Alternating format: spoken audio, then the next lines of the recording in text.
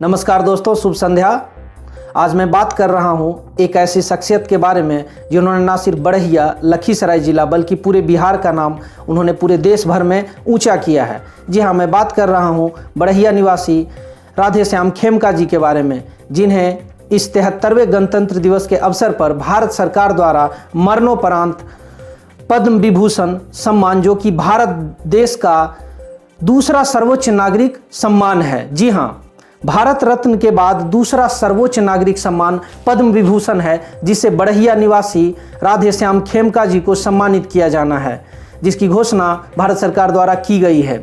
आपको जानकारी हो कि राधेश्याम खेमका जी भारत के बहुचर्चित गीता प्रेस के अध्यक्ष थे। जी हां, 2014 ईस्वी से लेकर के अपने निधन तक वे गीता प्रेस गोरखपुर के अध्यक्ष थे। साथ ही साथ गीता प्रेस गोरखपुर द्वारा प्रकाशित एक बहुचर्चित किताब जिसका नाम कल्याण था, 38 वर्षों तक वे अपने निधन तक उसके संपादक रहे और उन्होंने अपने सफल संपादन में करीब 10 करोड़ प्रतियां कल्याण की उन्होंने प्रकाशित की। और साथ ही साथ उनके कुशल और सफल संचालन में गीता प्रेस गोरखपुर ने कुल 72 करोड़ किताबें प्रकाशित की हैं, जो कि संस्कार और कर्मकांडों से संबंधित थी। 72 करोड़ किताबों में लगभग 15 करोड़ किताबें तो सिर्फ और सिर्फ भागवत गीता की थी और 11 करोड़ किताबें श्री रामचरितमानस की थी और बाकी अन्य किताबें थी।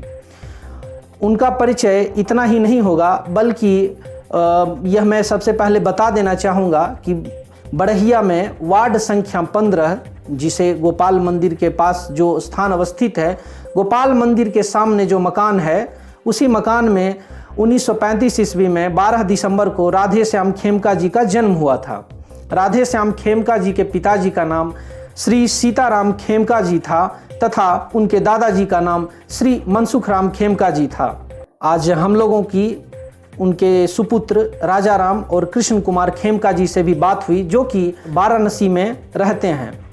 तो सबसे पहले मैं ये बताना चाहूँगा कि पद्म विभूषण सम्मान से सम्मानित राधेश्याम खेमका जी के जो दादाजी हुआ करते थे मनसुखराम खेमका जी, तो बड़हिया के ही नन्हे बाबू, जो कि बड़हिया के भी चर्चित व्यक्ति हैं और वाराणसी में भी वो रहा करते हैं, तो वे बताते हैं कि मनसुखराम खेमका जी बड़हिया के एक अच्छे बड़े ज़मींदार हुआ करते थे और अपनी ज़मीनों के वाद विवाद में वह, चूँकि मुंगेर, पहले बड़हिया भी मुंगेर ज़िले का हिस्सा हुआ करता था और मुंगेर ज़िले में ही कोर्ट कचहरी थी, तो उस कामकाज से, वे ज़मीनों के विवाद के कामकाज से वो अक्सर मुंगेर जाया आया करते थे।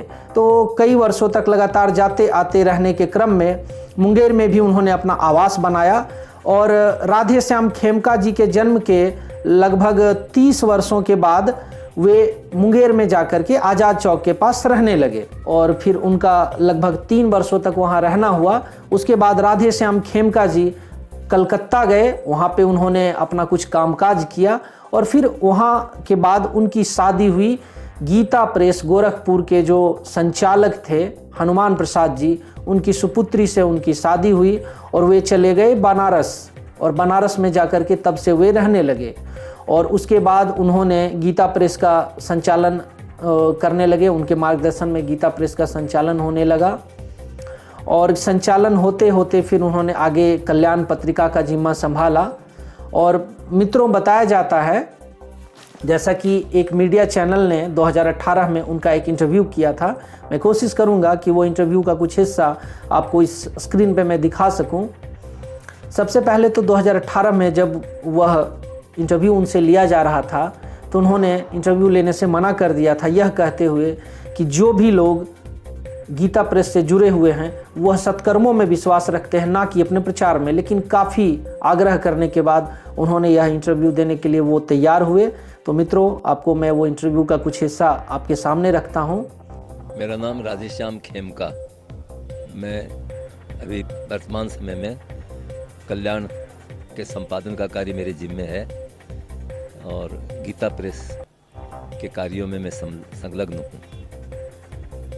1986 से कल्याण के संपादन का काम मैं कर रहा हूँ और गीता प्रेस के ट्रस्ट में ट्रस्टी भी हूँ। इतना ही नहीं है बल्कि कुछ जानकारियां मैं आपको और अभी साझा करता हूं। 1935 में उनका जन्म हुआ। उसके बाद कल्याण के 38 विशेषांक एवं 460 मासिक अंकों का उन्होंने संपादन किया और अगस्त 2014 में गीता प्रेस ट्रस्ट बोर्ड के अध्यक्ष बने। और उनकी जो शिक्षा दीक्षा थी, उन्होंने काशी हिंदू विश्वविद्यालय यानी कि BHU से उन्होंने MA साहित्य की पढ़ाई की थी और उसके बाद उन्होंने साहित्य रत्न को भी प्राप्त किया था। उसके साथ साथ मैं आपको बताना चाहूँगा कि कल्याण के अंक के साथ साथ उन्होंने अपने कुशल संपादन में लगभग 40 पुस्तिकाओं का संपादन किया था, जिसमें से कुछ नाम मैं आपको बताना चाहूँगा।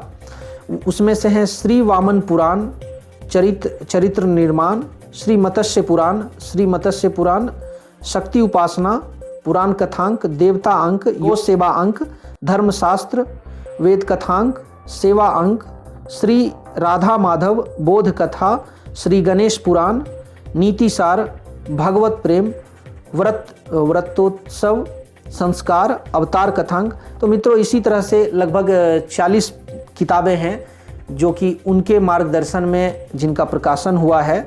और जैसा कि मैं पहले भी बता चुका हूं कि 72 करोड़ किताबें उनके कुशल मार्गदर्शन में संपादित की गई, प्रकाशित की गई और वह लोगों तक पहुंची।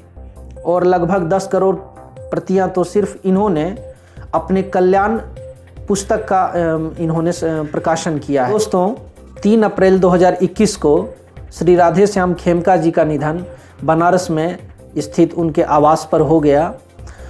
आपको जानकारी हो कि उनके निधन के उपरांत प्रधानमंत्री नरेंद्र मोदी ने ट्वीट करके दुख जताया था। उन्होंने अपने ट्वीट में लिखा था कि खेमका जी जीवन भर विभिन्न सामाजिक संस्थाओं में सक्रिय रहे, वे सनातन साहित्य को आमजन तक लेकर गए।